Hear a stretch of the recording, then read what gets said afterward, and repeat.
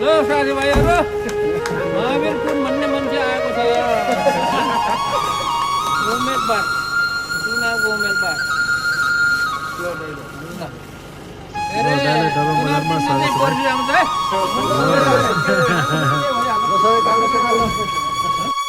पार्टीमा नलाए पनि मेरो पार्टी हुन्छ। कस्तो पार्टी हुन्छ भने युवाहरूको पार्टी हुन्छ है। म त बुढाहरूसँग त मिल्दैन, पटक्कै मिल्दैन बुढाहरूसँग। जोसुकै पार्टीको होस् युवाहरूसँग चाहिँ म मिल्छु।